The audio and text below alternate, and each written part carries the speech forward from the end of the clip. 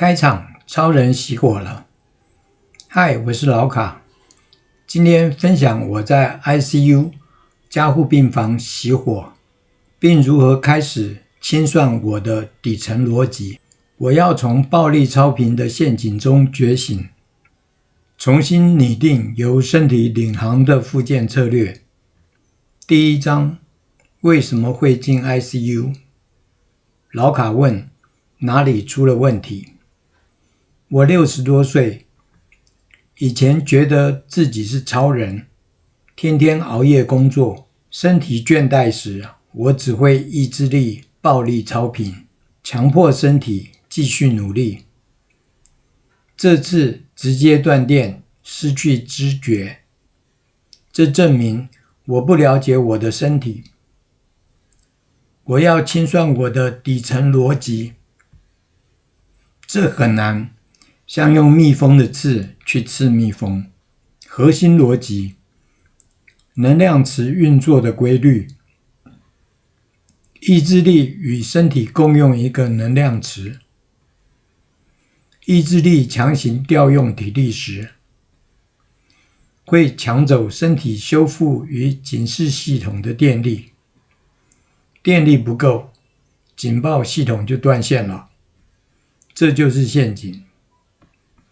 能量透支過頭，為了保護系統，身體強制熔斷跳電。第二章，從超人做回凡人。老卡問，可以脫困嗎？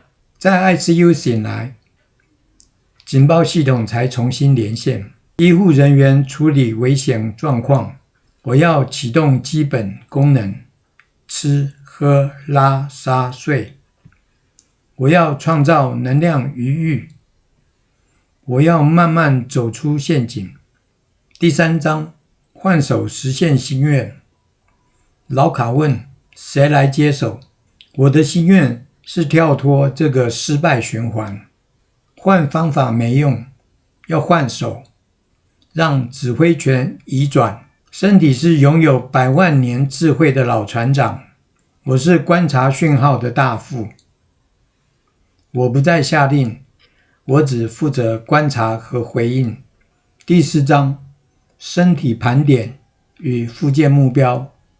老卡問，從哪裡開始？復健就是把身體找回來，目標就是恢復正常的身軀。大副盤點老船外部損壞清單摘要：頭頸，形狀歪斜，肌肉緊繃。軀幹，肩膀不平，脊椎側彎，骨盆偏移。四肢，肌肉萎縮，關節不順。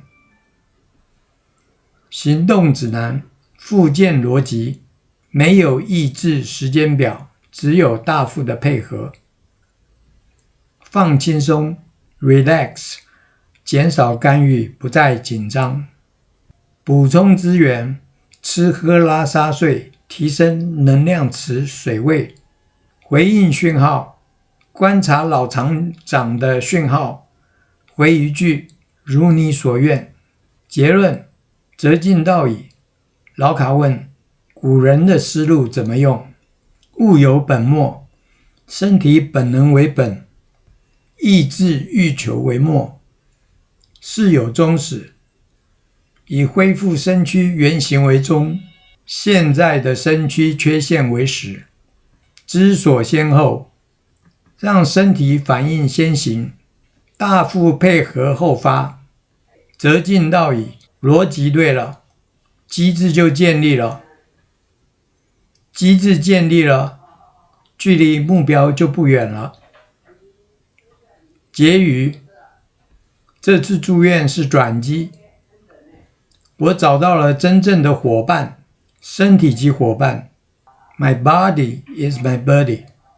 下集預告，分享第1個月的復健進度。記得訂閱、分享並儲存播放清單。